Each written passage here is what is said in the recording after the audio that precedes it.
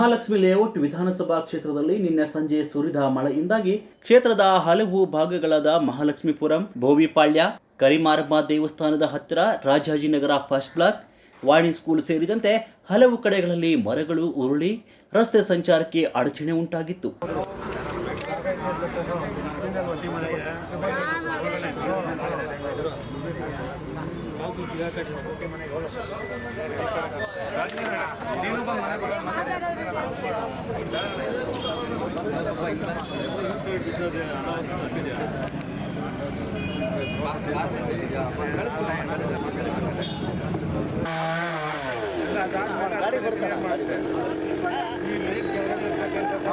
Clear ಮಾಡಿ ಹೆಚ್ಚು ಕಡಿಮೆ ಆಯ್ತದೆ. ಅದು ಭಾಳ ಮುಂದೆ ಇರೋದು ಅಲ್ಲಿಂದ